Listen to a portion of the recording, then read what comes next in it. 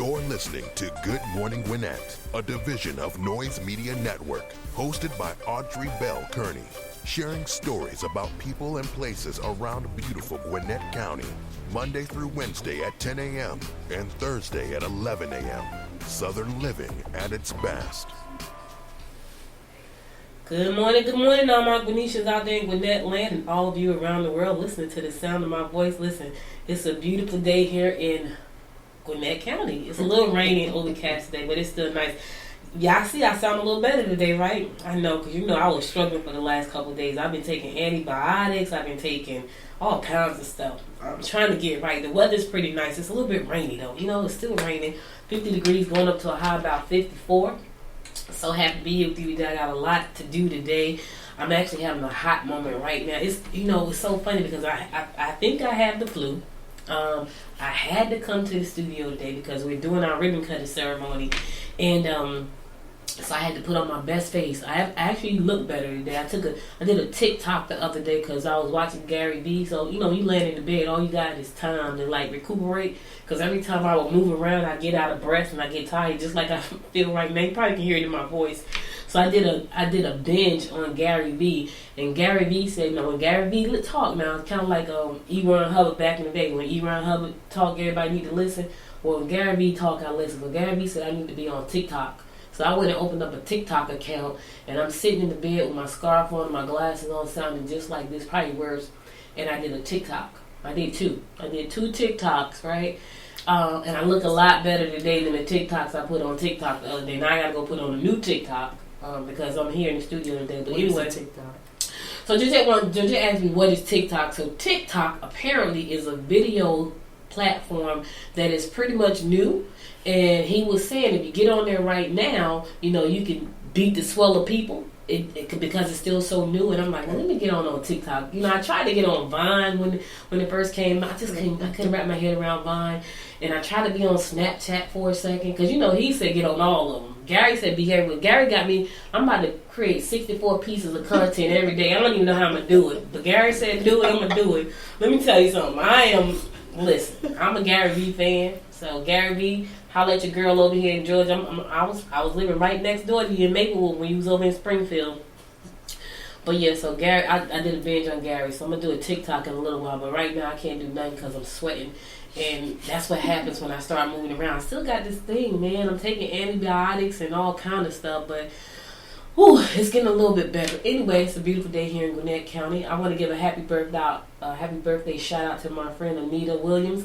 She and I grew up together on 19th Street in Newark, New Jersey. Her birthday was February 19th and mine is February 20th. So happy birthday to my girl Anita. And many, many, many more. Many, many more. We used to have a good time on 19th Street, boy. We sit outside. See, let me tell you something about growing up on the bricks, right? You knew your friends, and your friends lived on the top of you. You lived on the bottom of them. They lived next door to you. We lived in a six family apartment house, right? Anita lived on the first floor, and I lived on the third floor. And then between us was my friend Anita. My uncle lived on the third floor on the other side. Miss Gonzaga and Kelly and all her kids lived on the second floor on the other side. And Terry and his sister Levita, they all lived on the first. So everybody. Miss Gandy used to live on the second floor before Benita moved in. So look, that's how it was. That's how it was on the bricks, baby. You knew your people. Kind of like when I was a little girl in Albany, Georgia, though. Same thing. Like my grandmother knew everybody on the block, everybody, because the block was like it wasn't a New York block, G. New York got some long blocks. We got some long blocks. If you never been to New York, you just put your walking shoes on because it's not like Albany, Georgia block. It's like long, like about 3 mile block. But I had like five buildings in my block, and we knew everybody in all those 5 buildings. Right. It was crazy. That's now I don't feel like it's the same kind of way now. I feel like you don't really know your neighbors. Now that's something because I grew up the way I did. I love being neighborly, but people make it kind of hard to be neighborly. And I don't want to be like the weird neighbor. Just, they think, I'm the nosy neighbor. No, I'm really like the community neighbor. Like, I'm that neighbor. But because people are kind of so standoffish, like, well, I'm not going to go there knocking on the people's door. But yeah, so I don't even know why I got... Oh, happy birthday, Anita. That's what I was saying. So happy birthday.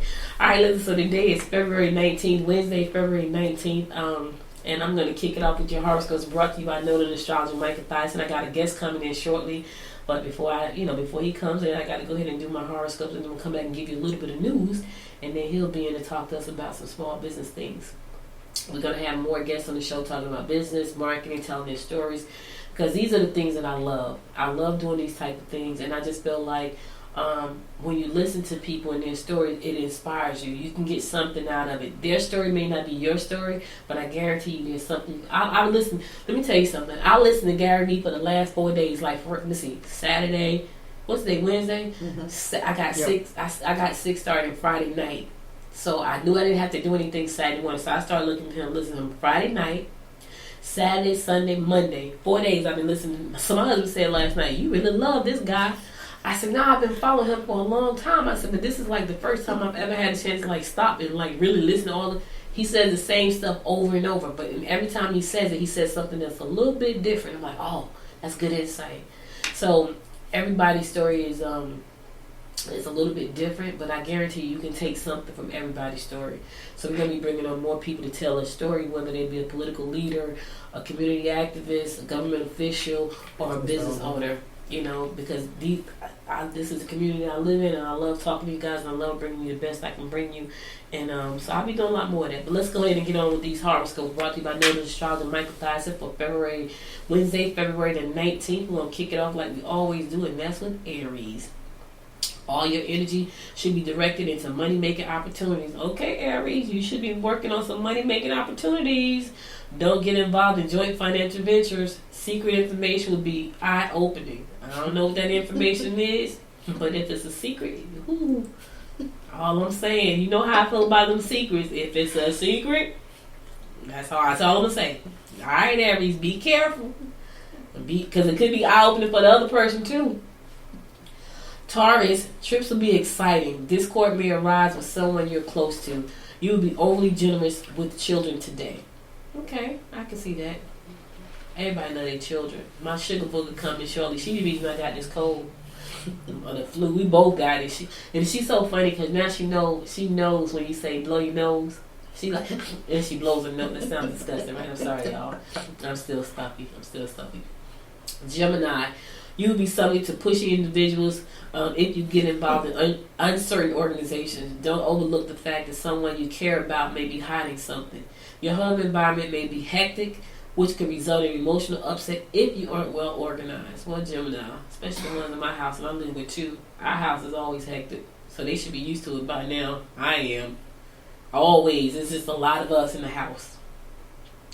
Cancer, you need to spend time with friends and family. Older family members may make demands that are impossible for you to handle.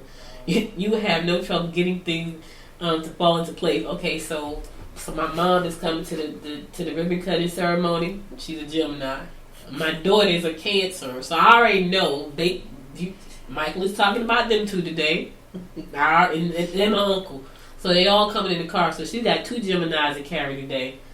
Woo! Those are the older family members she's gonna have to deal with today.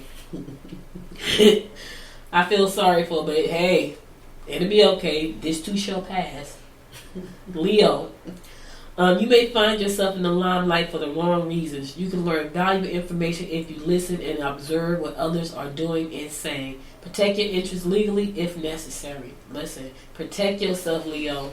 If it's necessary, do that. If you don't understand what you need to do, consult a professional. I always say that. Make sure you consult a professional. Don't try to do it yourself. Go out, talk to a professional, get the right information. Could save you a lot of heartache and trouble down the line. Just saying. Sorry about that, y'all. I'm stopped up. Virgo, go out shopping today. You must try to help. You can make professional decisions today that will affect your position. All right, go shopping. Everybody love to shop. I don't know about y'all. I love to shop. My birthday tomorrow, so I want to go do a little shopping. Sure do. All right, listen. That's I'm gonna go to a song. I'll be right back after the song to give you more of the horoscopes brought to you by Noted Astrologer Michael Thyssen. You're listening to the Good Morning Gwinnett Show. Stay tuned.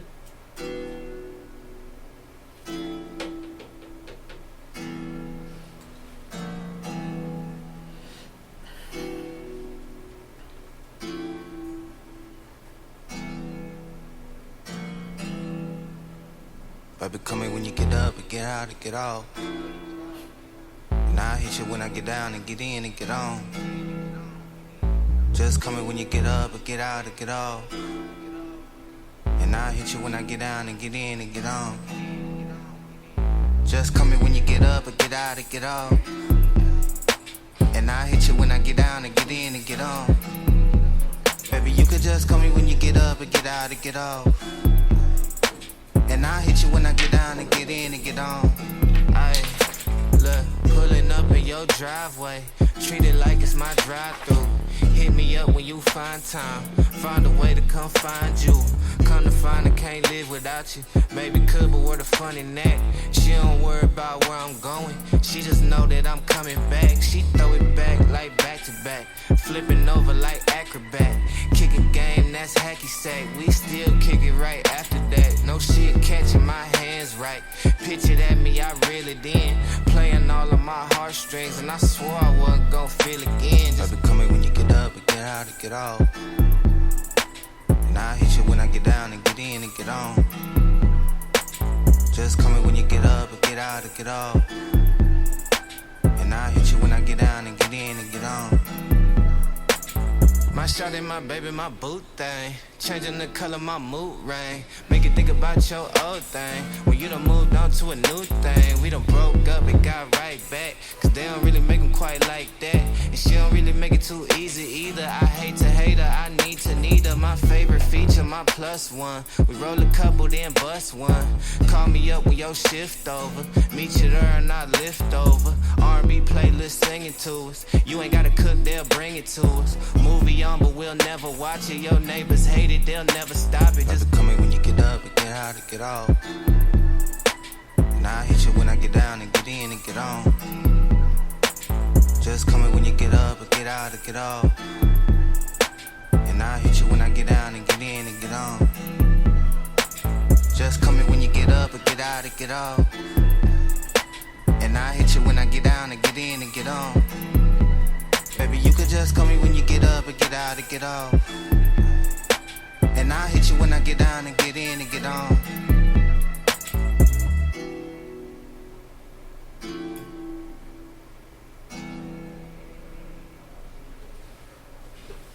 Welcome back to the Good Morning Gwinnett Show. It's your girl, Oily Bell Curdy, giving you the daily horoscopes brought to you by noted astrologer Michael Thiason. We're going to pick it up with Libra.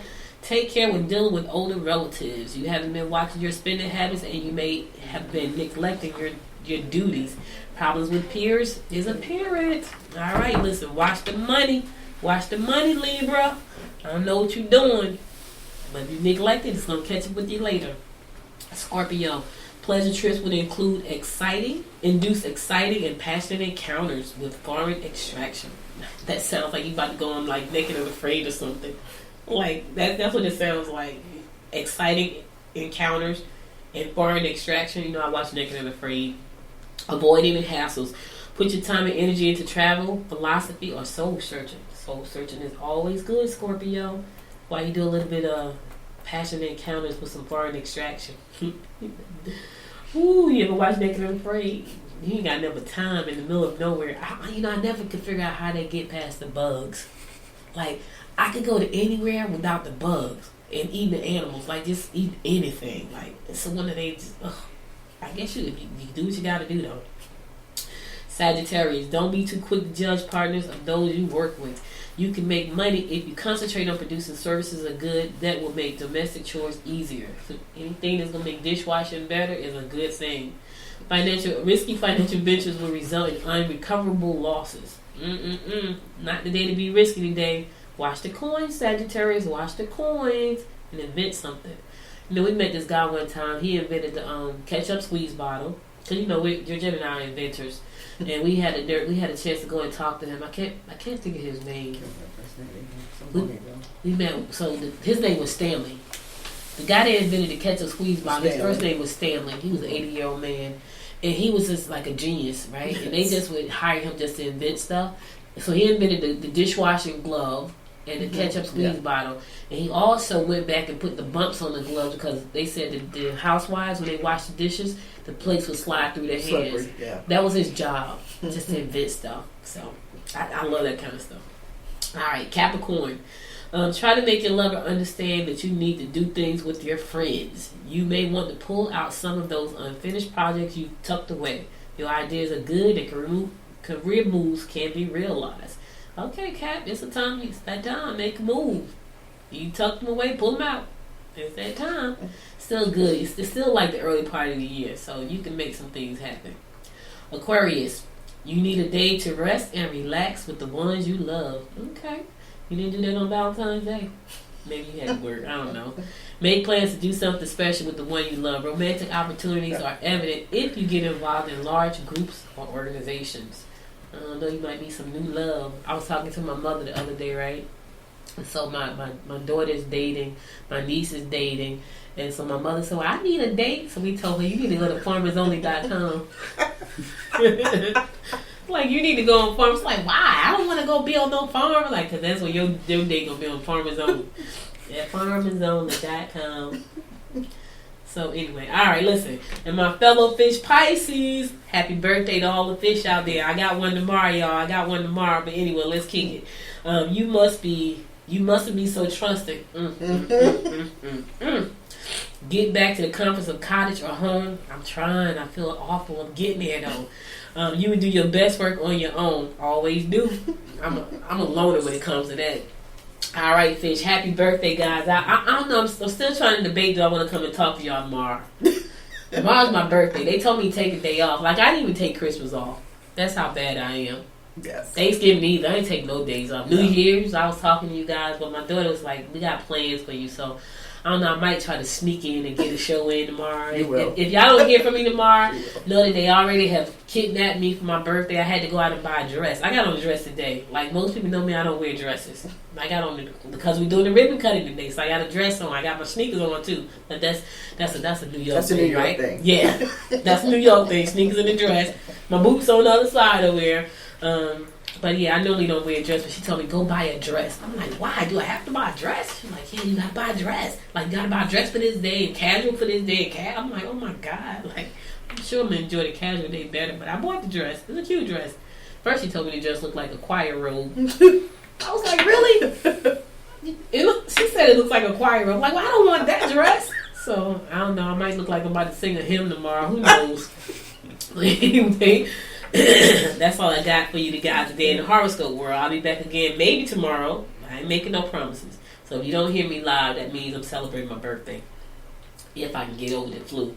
But if I don't be back tomorrow, I'll talk to you guys on Monday. I'm gonna go to a song and then I'm gonna come back. I got a guest in the studio. Listen, he's gonna tell us how to make 8 figures. I need to know how to make 5 first. But we gonna let him talk to us about making 8. And I'll be right back after the song so we can talk to Mr. Scott Reitzheimer. Ha! I got it, didn't I? Boom. Yes! Boom, baby! That's like John Lee Dumas. Boom! Shake the room. I just stole John Lee's song. John Lee's song. Go ahead, G. Go to music. I'll be back.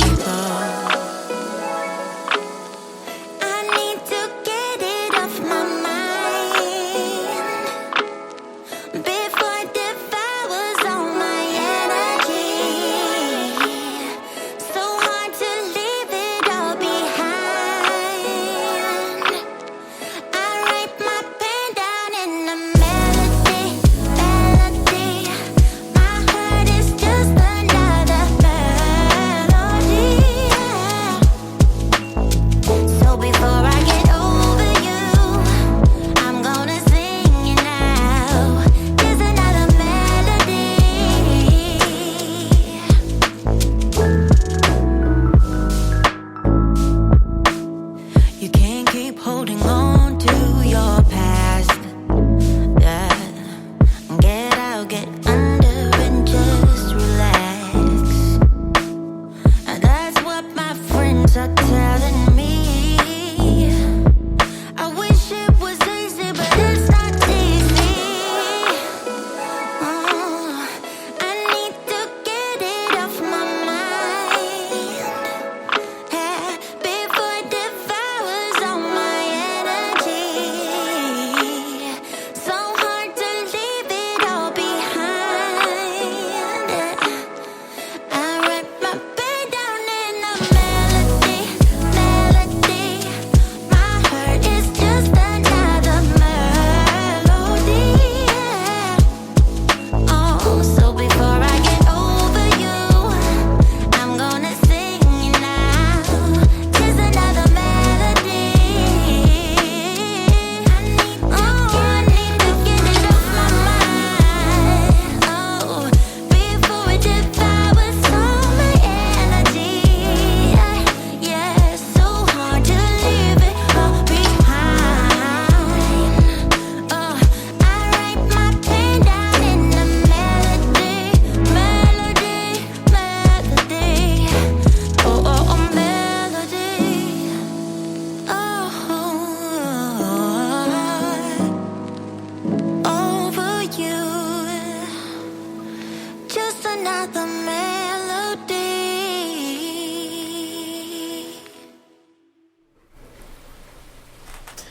Welcome back to the Good Morning Gwinnett show. So listen, guys, I got a special. I was supposed to be in here yesterday with a guest.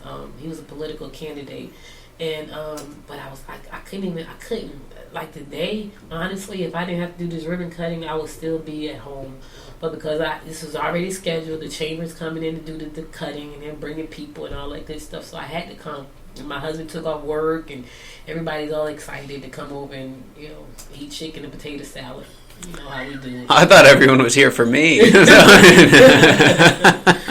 Okay, Scott, they are. I didn't want to tell you it was a surprise. But anyway, my guest in the studio today, he's taking a seat at the table with me, is Mr. Scott Reitzheimer, and he is the founder of 8-Figure Focus. That's right. I love that name. So, first of all, I want to know why that name. Yeah.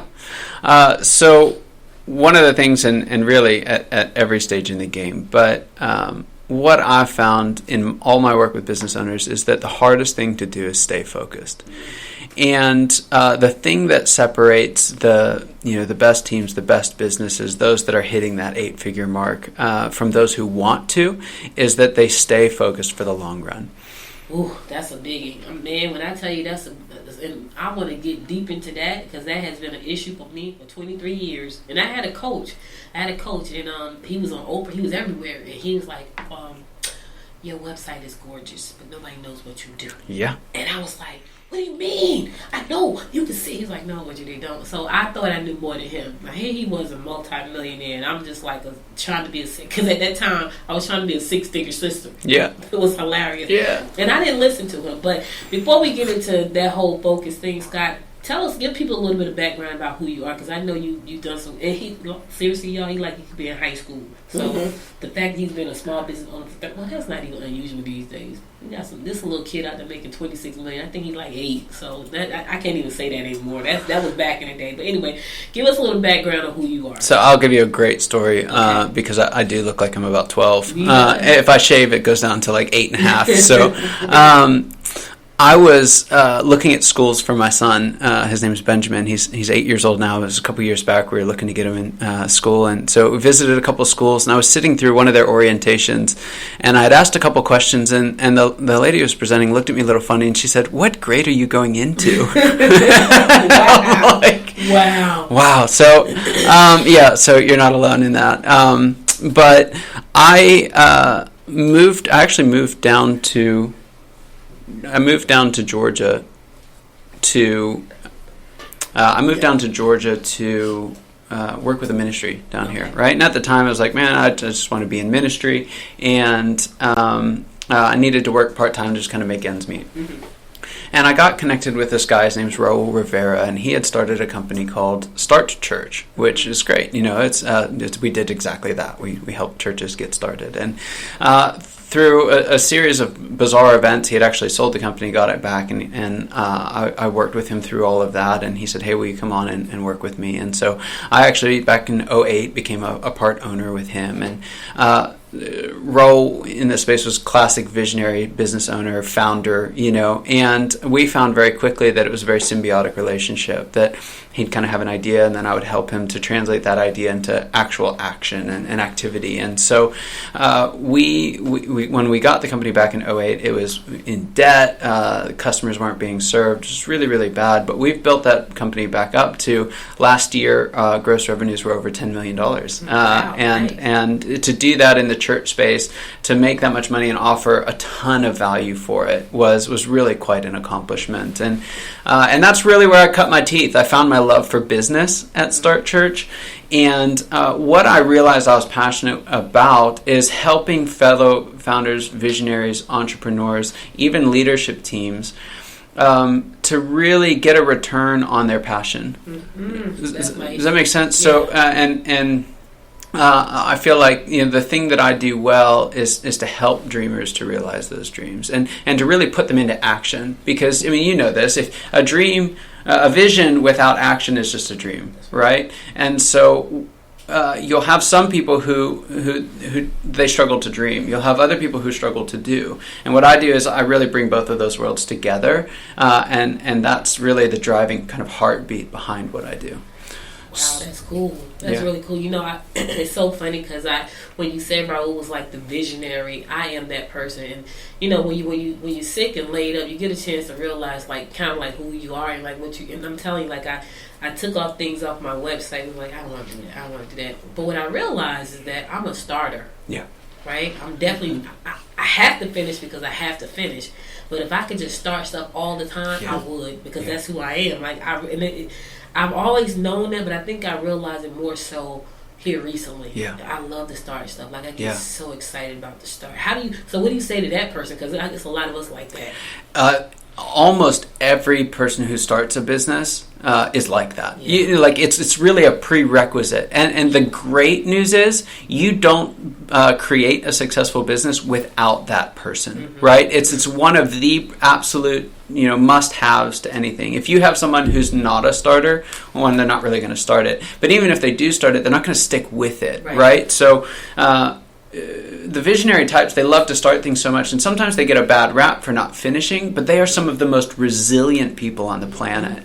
And it's that resilience of hearing no 1,000 times, of trying 1,000 things and 999 of them failing miserably, only a visionary can do that. Only a visionary can make it through that. Where visionaries get hung up, and it's something that in my work we call an artisan trap, is they will create and then they'll kind of switch to trying to extract value from that and selling it, and they'll stop creating. And then they'll kind of get a little freaked out and bored, and then they'll go back to creating and stop selling. And so you're either creating or you're selling, and to grow you have to do both. Right? And it's just a really, really difficult place to be. And that's where a lot of new businesses will burn out very quickly because they never fail to really gain traction, right? And that's because the founder, the visionary type, they need to get linked up with another. It's really a personality type, or what we would call a leadership style called an operator, right? And operators, they're kind of the relationship that I described with Raul earlier. They're the symbiotic twin of the visionary. Operators love to get stuff done, right? A great operator, their mantra is tell me what to do and then don't watch, right? Like just let me get the job done. It'll get done. It won't be pretty, but it will get done. And so what a lot of visionaries tend to do, though, is they tend to try and be the operator themselves. And there's lots of reasons that happens. You can have pride, you can have insecurity, you can have just a financial result of it. But the reality of it is, you don't get out of that early kind of struggle period of a business. You don't get to where it's really the ball's rolling and you're moving forward without the visionary operator combination. And that makes so much sense, because I feel like I feel like that's been me for a long time. And it's so funny because I look at my daughter and my niece, both are very good operators. Right? I just can't pay them $80,000. I wish I could, because I would hire both of them. But they're very good operators, and my niece more so than my daughter. Like my daughter tell me what to do and get out of my way. Don't look over my shoulder. And I'm not that person. I'm not the look over your shoulder type person. My niece is, when I tell you everything, like she would leave 3 hours early just to make sure she's there on time. Yeah. She dots every T, she dots every I, she crosses every T. She's very meticulous. Yeah. I would love to have her on my team. But let's say you got a small business owner who's a visionary. They know they need an operating person, right? How do they know how to pick? Because you want somebody too that you can relate to. Yeah. There's some people. I love The Prophet. You watch The Prophet? I do. Oh, I love The Prophet, right? And I thought this last night was a good episode. So it was about a family who owned I love cheese. Cheese and crabs, I love. That's all I need. I don't need nothing else. It's a sweet tea. It was a family that owned a cheese company. Yeah. And there was a guy who had been working for the family for like 18 years. They never gotten a raise. It was crazy. But you could tell he felt like, this is my place. Because he was kind of cocky. I was like, now listen. I said to my husband, he's a little cocky. It's not his place. So he was a little cocky. Like, he was trying to tell the owners what they do. But he knew the business. But what happened was Marcus came in and recognized this guy loved this business. He's been here for 18 years with no raise. And so he made him a partner. And so after that was done, now the relationship between the owners and he was better. How do you know how to bring in the right person to make sure your culture, even if you don't have a culture, to create a culture that everybody can be happy in? Yeah. Yeah, it's a great question. It's the $1 million question, right? There's a couple ways to do it. One is you just have to like them. Right? If you don't, especially in the beginning, if it's just the two of you, you're going to spend a lot of time with that person. If they don't like you or you don't like them, you're not going to like them any more after 3 months than you do at the beginning. Right? It's just, let's be real. Second part of it is visionaries tend to look to other visionaries to be their operator. Yeah. So they're looking for someone who's creative and who will kind of carry that load. That's the wrong thing, right? And that's a recipe for disaster. Yeah. So if you have two visionaries, that's not a fun gig because both of them are kind of fighting, and maybe not on the surface, but underneath they're fighting for the vision of what's going to be birthed and what's going to become. You can have two visionaries to work together. That's okay, but one of them actually has to switch to an operator-style role. And that's just very, very important. So knowing kind of who you're getting is a big part of that. Like, don't look for someone who's you again, right? Look for someone who isn't. Another really important thing to pay attention to is there are actually 4 styles, not 2, right? And so if everyone was either a visionary and operator, that would kind of be easy, but there are actually 3 other styles other than the visionary. So there's a visionary and an operator. We've talked about them. There's a third style, which is called a processor. And processors, they tend to be the most detail-oriented of all. What separates operators from processors is processors are concerned with how something gets done. Operators are concerned with whether something gets done.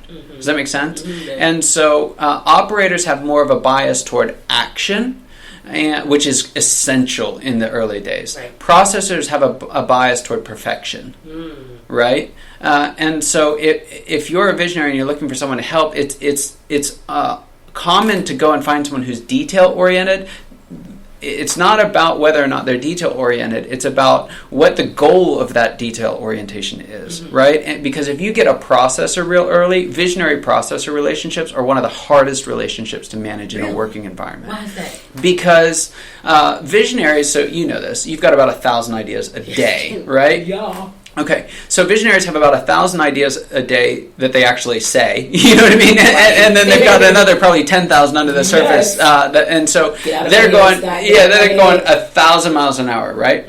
And then they go to a processor who's thinking. So one of the things that separates a visionary from a processor is to a visionary, $1 million is anything north of about $750. You know what I mean? Like it's whatever. To a processor, $1 million is exactly 1 penny more than $999,999.99.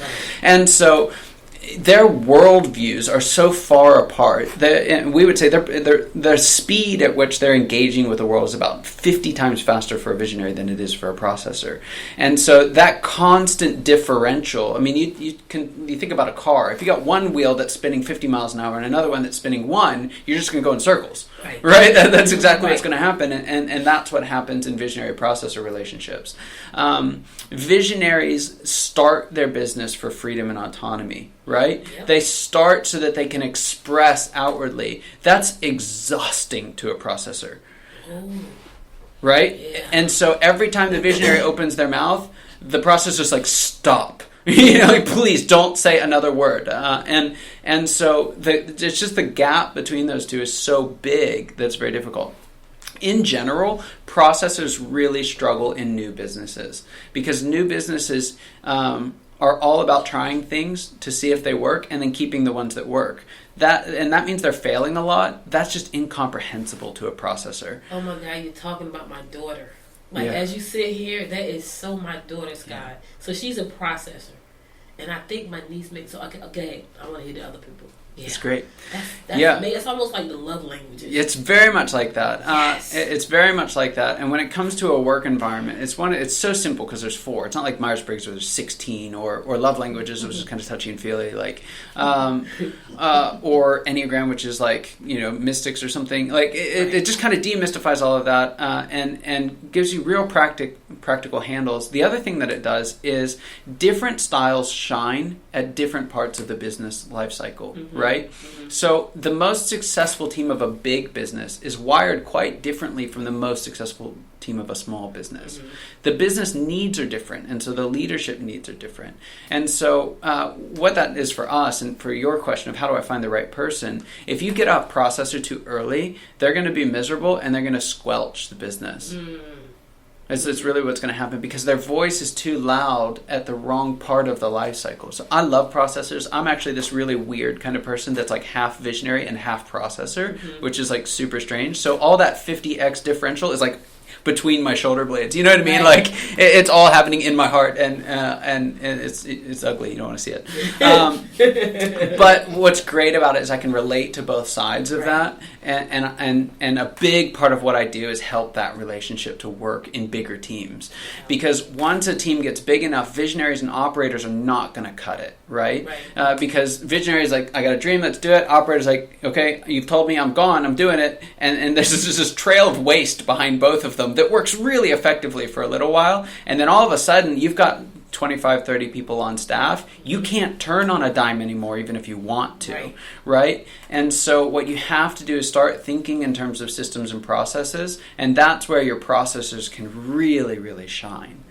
But the difficulty with it is that they feel so culturally different that a lot of founders will reject the processor when they come in. They'll think, oh, it wasn't a cultural fit. We made a hiring error. Sometimes that's true. A lot of times it has nothing to do with culture. It's that your culture is wrong for where your business needs to go. Okay. Ooh, that was a lot of good stuff. Okay, so now here's the thing. When do you know when to bring in a processor? Yeah. Great question.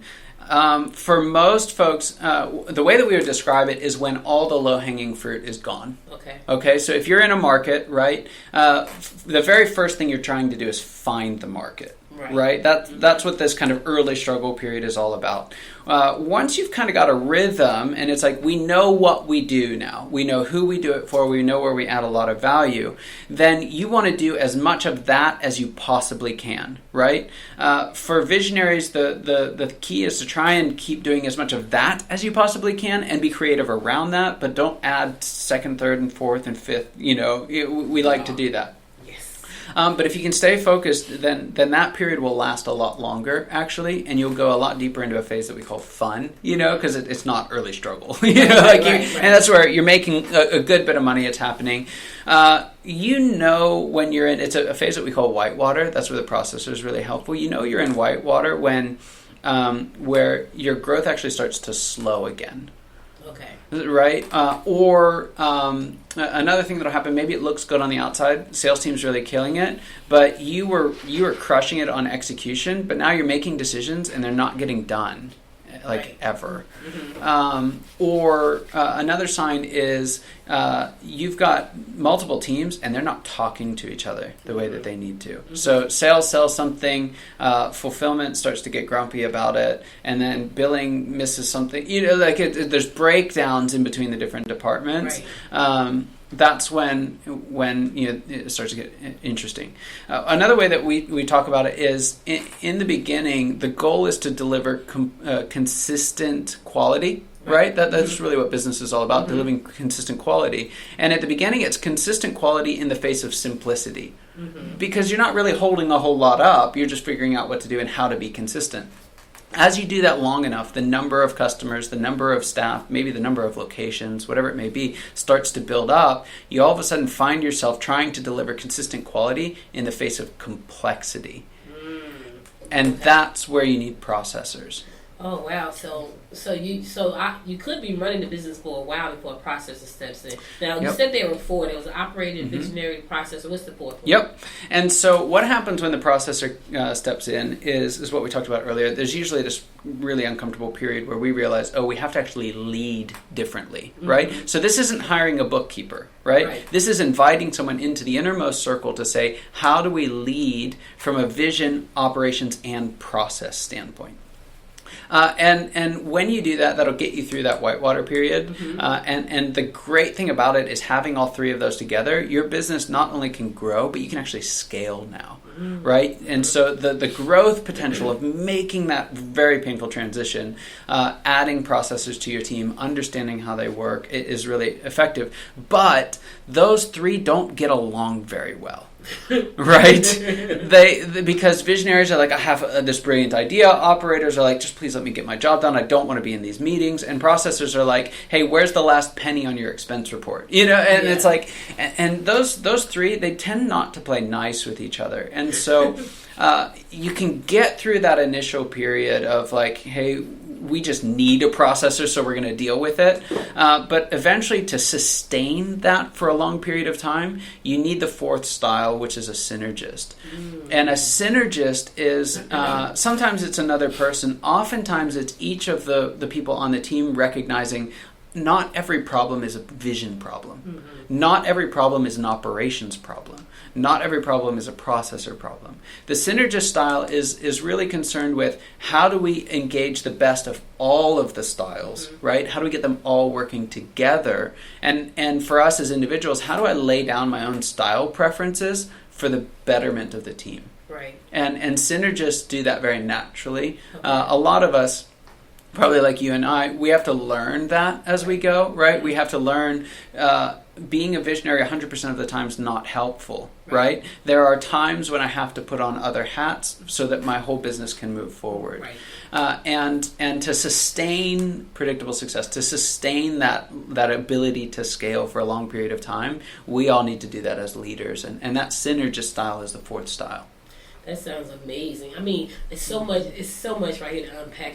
My mind is like just blown right now because I'm thinking of the struggling small business owner who said, I need everybody. I need the synergist, the operator, the processor, you know, because I'm everybody right now. I'm doing them all, and nothing is really getting done well, right? Here's the other thing I found. I found that, and you kind of said this a little bit earlier, you cannot have two visionaries doing because I work with, like, Georgette and I are both visionaries, right? And I'm always feeling guilty because she's the production manager for Noise, right?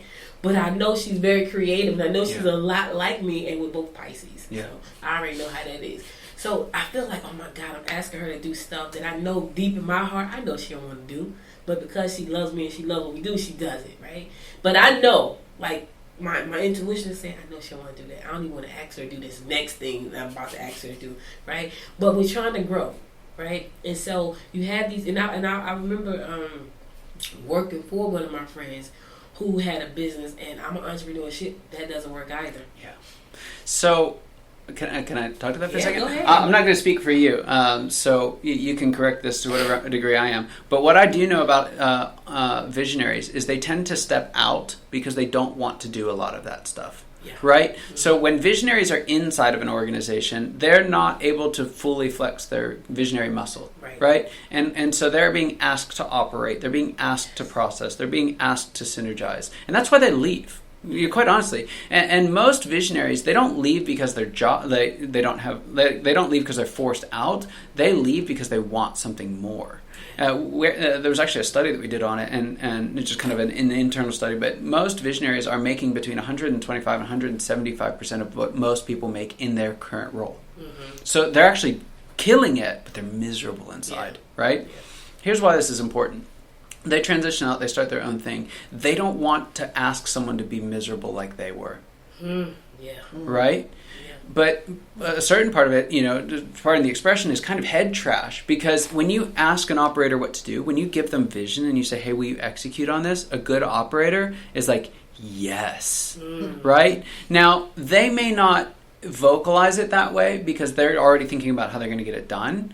And they may be like super intense, and operators will often burn themselves out because they're so intense about it. And visionaries interpret all of that as I'm asking them to do something that they don't want to do. I'm asking them to do something I don't want to do, right? But a good operator, they eat that for breakfast. Like they love, don't give me meetings and white sheets of paper and all of this stuff. Like, let me just do my job, right? And so for a visionary, that sounds like prison. That was like, I have to dream, I have to think, I have to have ideas. I spent years doing this other thing and I hate it. Well, how could I ever ask someone else to do it? The rest of the population's not like you. They didn't go start their job, right?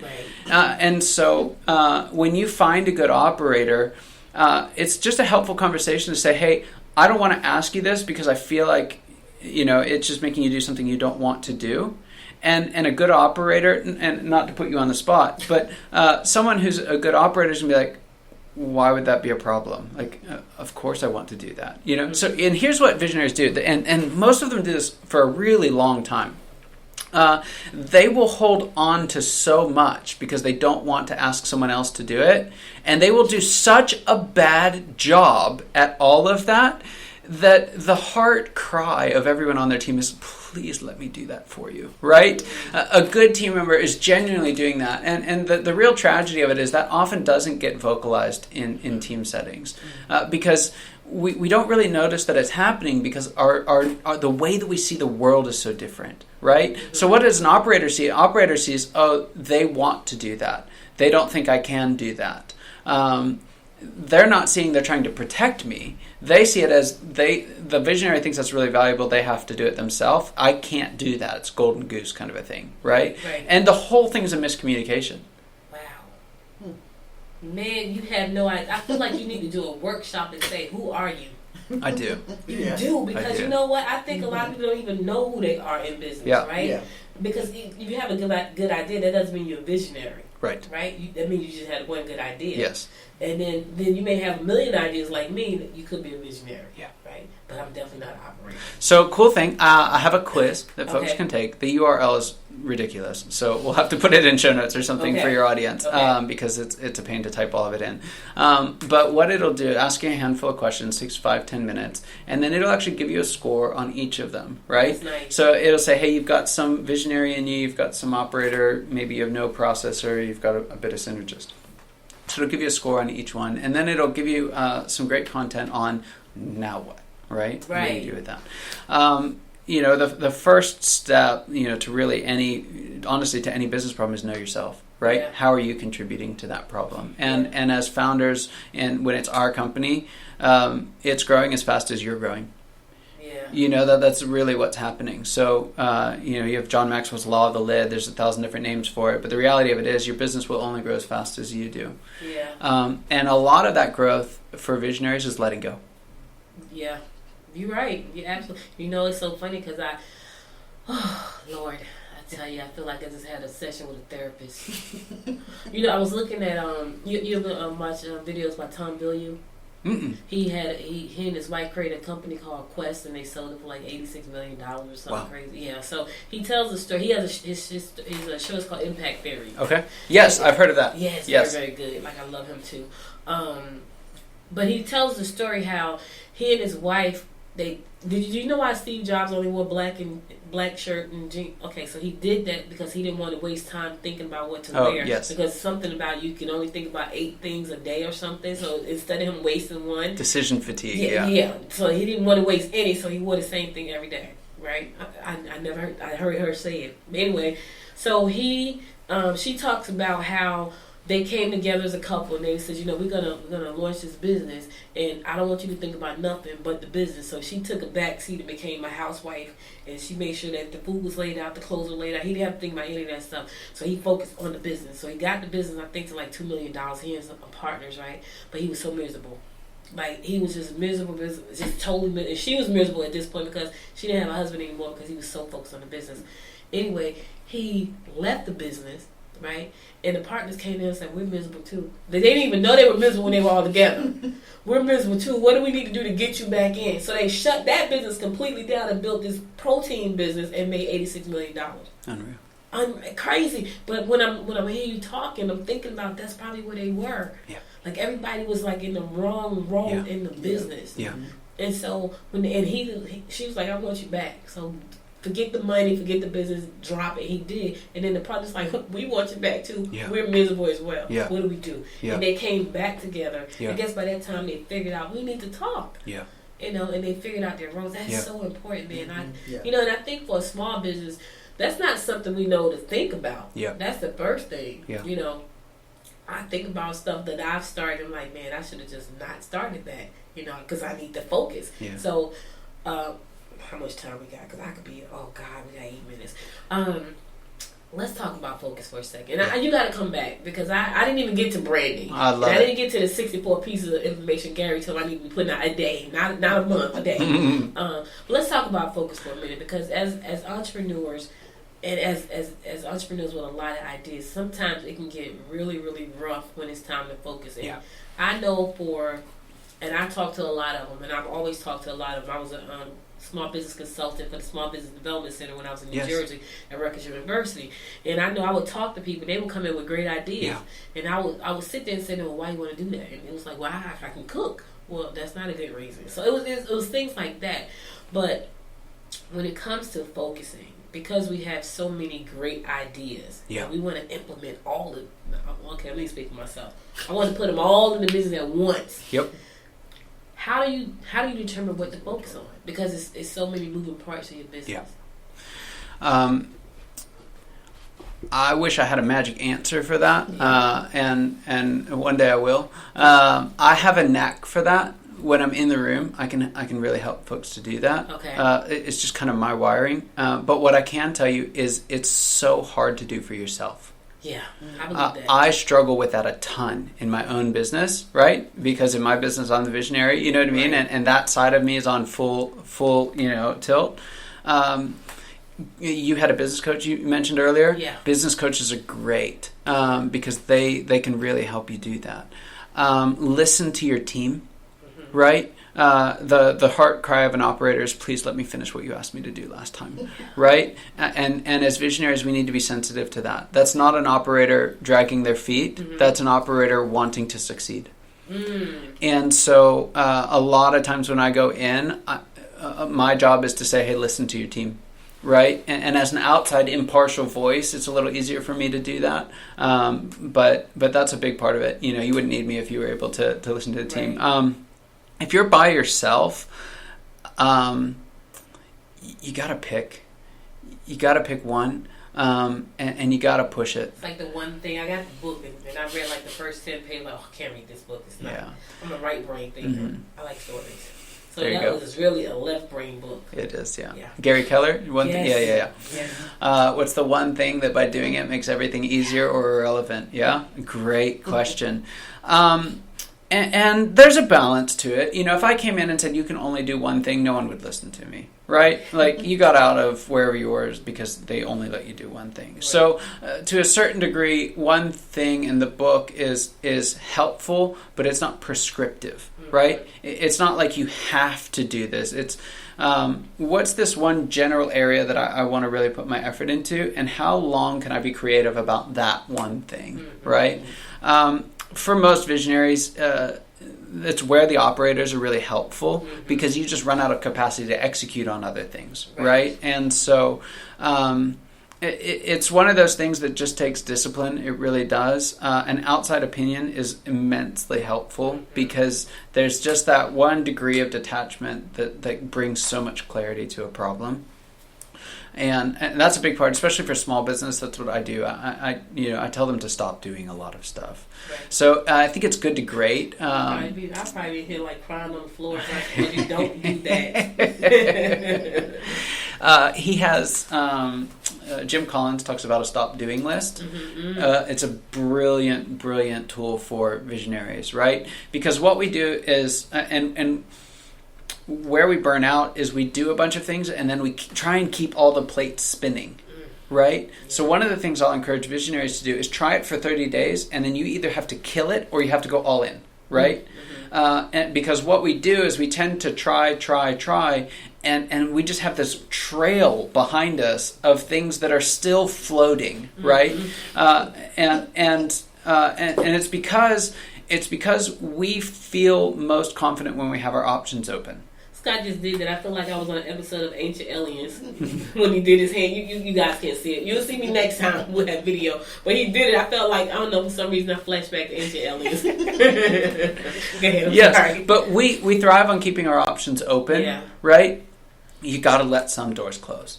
And you can come back to them in a year, right? Anything that's closed is not closed forever. One of the things we tell folks, especially once they've kind of gotten some traction in one place, is practice saying no. And say yes like 80% of the time, right? And then maybe move to like 70% of the time and just kind of work your way down. Don't try and make these wholesale things overnight. But if you can pick one thing and then you can focus your creativity on that one thing, that's where you really get the momentum that you need to break free of that gravity. It's so funny. I know you're absolutely right. When you in your mind, and this is so crazy. I probably can do it with a therapist for real. In your mind, when you got two good one things, it's like, okay, I got like right now, I'm sitting on two good. I feel like my company, Noise Media, is a good thing. Like, I love it. I do this 4 days a week. People think I'm crazy. Like, you do a podcast 4 days a week? Like, yes. Even when I'm sick, y'all. I've been podcasting all week and I can barely talk. And then I have this new thing that I'm starting. My HerTech startup, right? And I'm such a geek like that. So it's like, they're both really good things, right? Yeah. And I know if I focus on either one of them, they'll be great things. Yeah. Right? But it's so hard to cut the cord and let one go for a minute. It's like, okay, which one do I let go? Which one of my twins do I let die? You know, it's like a mother. Like, one of my babies going to drown. You know, I'm going to put one on life support while I say that. Like, that's the problem. Like, you know, I face. I don't know about anybody else, but that's the problem. And let me tell you, I have heart palpitations sometimes because I've started so many great things, just like what you said, and they could have all been great things, but it takes too long because I'm very impatient. That's another problem, right? And I think that's a visionary problem. Yes. I'm very impatient. So after 5 years, if it hasn't done what and it probably has not done that because I was still kind of dabbing in something else. You know, it's kind of like that thing, you know? You could probably talk to me and I probably can come up with a million ideas, like, because you and I probably got a lot of similarities. That's my strength. I'm a good listener, right? I listen, and I'm like, and I just spit out stuff like, one of the guys who come here on Monday, he called me, he was struggling, right? I'm telling you, I must have spit out 25 good ideas on the phone with him. And he was like, and I was sick. He was like, "Thank you so much." And I felt great after that. I was like, "Yes." Yeah. You know, it was just him asking me for help, right? Now, I also know that I probably just shut him down because it was way too much. But I couldn't help myself. It was just like, let it spew, right? And I know I probably not. So I'm gonna see him and like, "Hey, which one of those did you execute on?" Which would probably be none because it was way too much. But I think that's a good thing. Like, you got to come back because. This is a lot of great information. I know you're doing a training or something, right? Yeah. Coming up. Talk about it. Because, listen, guys, let me tell you something. I've been an entrepreneur for how old are you? 33. Okay, he was 10 years old when I got started. 23 years. Right? I look like I'm 14, though. He does. He really does. Like, my niece is like that. She's 21. And so we went to Longhorn, and they say, she's under 12. I was like, no, she's 21. But yeah, today she's under 12. No, Just flip those digits, you might right? wanna flip it a little bit. I've been an entrepreneur for 23 years, and when business coach became a thing, it was like I didn't pay any attention. The guy had been on Oprah, he had been everywhere. You know, he had made tons of money, and I felt like I knew more than him, right? And I did not listen. I spent a lot of money on my website. It was gorgeous, like he said, but nobody knew what I did. So over the years, I've come to put that part. Well, you can go there. You know that we do podcast production, and we do podcast interviews, and we do media streaming. You can see that, right? Even with the new startup, you can see. Our goal is to help you start a business in the tech space in these 3 areas. Very clear, right? Still doesn't mean I should be doing both of them at the same time. That's right. And there's a few things there. One of the things that I like to do, which is kind of the softest way of encouraging people, is to talk about one of those things and make the vision bigger. Right?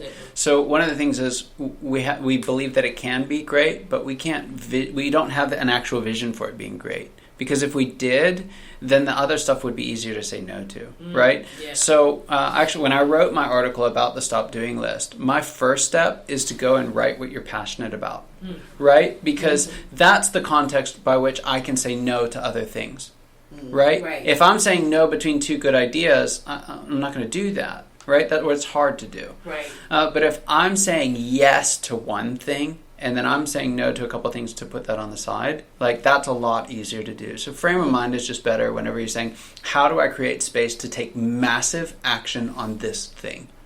Right? So if it's a podcast, get a vision for tripling it in 2 years, right? Make the vision so big that you don't believe it can happen, add a little bit more, and then it's going to be a lot easier to say no to things because the pressure's on. And that's what visionaries really need, is that pressure. Right? That is really good. That's really, I never thought about it like that. Now, here's the thing. I won't have a problem doing that part. Yeah. That's one of my flaws, I think. Because I am that person that make it so big. And they tell me, oh, my God, you just make everything. They tell me this all the time. My husband, my daughter, you make everything so big. And when I do that, it shuts everybody else down around me. And then I fall back and say, well, it's too big. Yeah. So stick with it. Visionary's job is to hold that, right? Because no one else is a visionary. So they can't step into the ring with you on that. You have to pull them along, right? Gently, lovingly, but you've got to pull them along.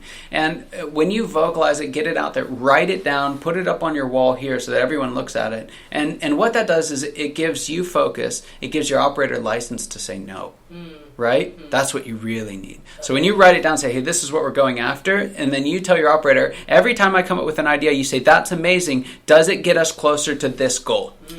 Right? And when you do that, like their heart's going to come alive because you just gave them this filter to like stop the onslaught, right? And for you, it's gonna be hard sometimes, but you will see so much more traction during that time. And the other part of it is, and the harder part is to go and look backwards and look and say, how many great things have I done over the last 5 years? And for a lot of visionaries that haven't really figured this out, it's not many. You know, they've started a lot of great things, but they've not done a lot of great things.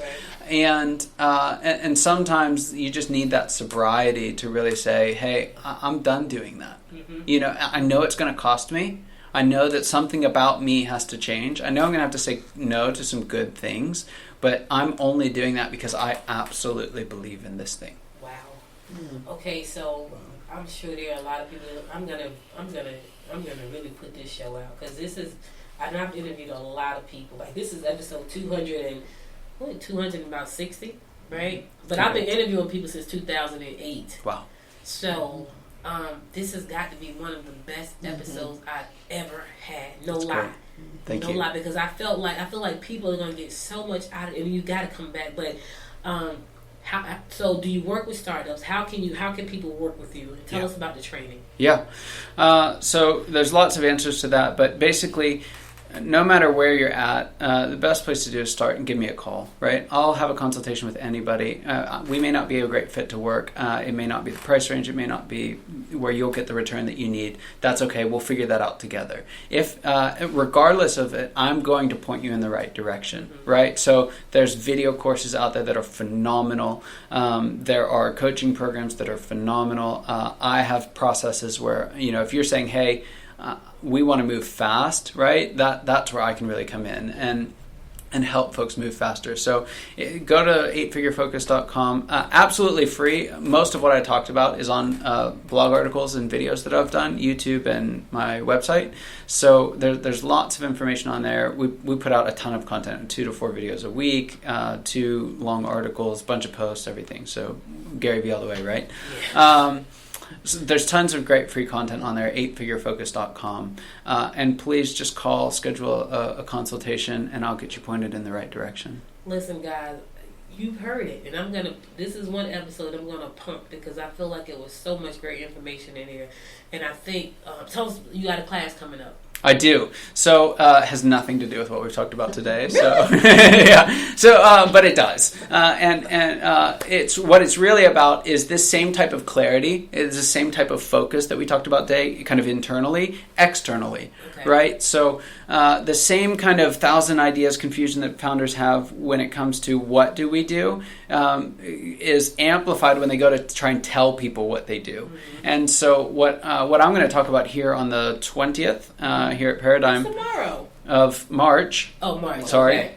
The 20th of March at 8 a.m., we're going to do a session on how to tell your story as a business. So what we're going to do, we're going to take, story is really formulaic, right? We're going to take the 7 elements of story, talk about what they are, why they're important, and how you can use them to grow your business. That sounds amazing. It's so funny. I got to speak at Podfest in 2 weeks. Okay. Right? And I was laying in bed last night because I'm listening at Gary telling. I tell you I binged on Gary for the last 4 days. But I'm listening to him tell a story how he's a little Russian kid who came over to America, and his dad had to cook. So we actually lived about 15 minutes apart in Jersey. Wow. Right. And I used to go to Springfield all the time because my brother lived in Union. I lived in Maplewood. He lived in Springfield. So that was about 15 minutes. But he told this. So I'm listening to him. He tells the same story over and over. So they pay him like 150 G's, and he go to Brazil to tell the same story because I saw him do it in Brazil. Then I saw him do it in New Zealand. It was the same story. Yeah, for about 20 minutes. Yeah. And he take questions. Yep. And I was like, I done watched Gary for 4 straight days, about 20 times a day, and he tells the same story in every country. It's the same story. And I was like, I tell a different story most of the time. I need to tell the same story. I was born in Albany, Georgia. And I moved to Newark, New Jersey. And I grew up on the bricks. So it was that kind of thing. So I was like, you know what? I need to formulate a story when I go to Podfest. Yeah. How much time do we have? I have a... Go ahead. Do we? Go ahead. Okay. So I can stop when I want to. Okay, here's the power of story. Just a quick, yes. We got to go there. There was a newspaper reporter who was interested in this whole story thing, and what he decided to do, he took $300, right? And he went out and bought about 300 items, 200 some odd items on eBay. So little things, there's 60 cents each, something like that.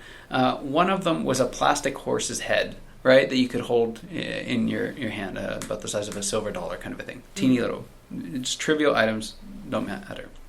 Then he reached out to a bunch of storytellers and said, hey, will you write a short fictional story about each of these items, right?